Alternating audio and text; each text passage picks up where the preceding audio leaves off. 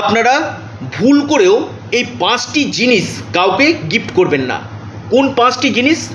প্রথম হচ্ছে, আপনারা কাউকে ঘড়ি গিফট করবেন না। যদি আপনারা ঘড়ি গিফট করেন তাহলে আপনার যে ভালো সময় তাকে আপনি দিয়ে দিচ্ছেন এবং তার যে খারাপ সময়টা না আপনার কাছে চলে আসবে। 2 নম্বর সেটি হচ্ছে, আপনি কাউকে মানি ব্যাগ গিফট করবেন না।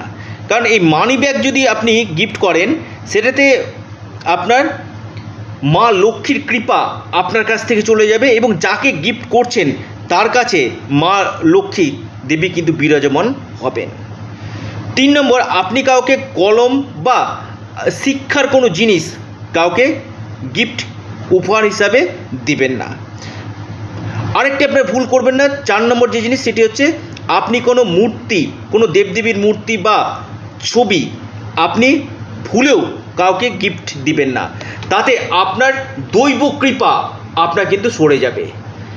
5 নম্বর যে জিনিস সেটি হচ্ছে, আপনারা কোনো সেন্ট আপনারা গিফট করবেন না, অথবা কোনো পারফিউম আপনারা গিফট করবেন না।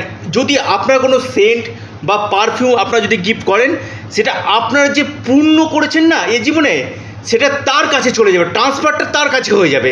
অর্থাৎ আপনারা এই যে 5টি জিনিস আমরা আপনাদেরকে বললাম, এই 5টা জিনিস ভুল করেও আপনারা দান করবেন না, গিফট করবেন না, উপহারের স্বরূপ কাউকে দেবেন না।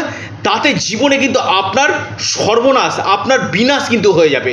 অবশ্যই ভিডিওটিকে না আপনারা প্রচুর শেয়ার করবেন এবং লাইক করবেন এবং আপনারা আপনাদের বন্ধুবান্ধব, আত্মীয় স্বজন, পরিবার পরিজনদের মধ্যে অবশ্যই শেয়ার করবেন।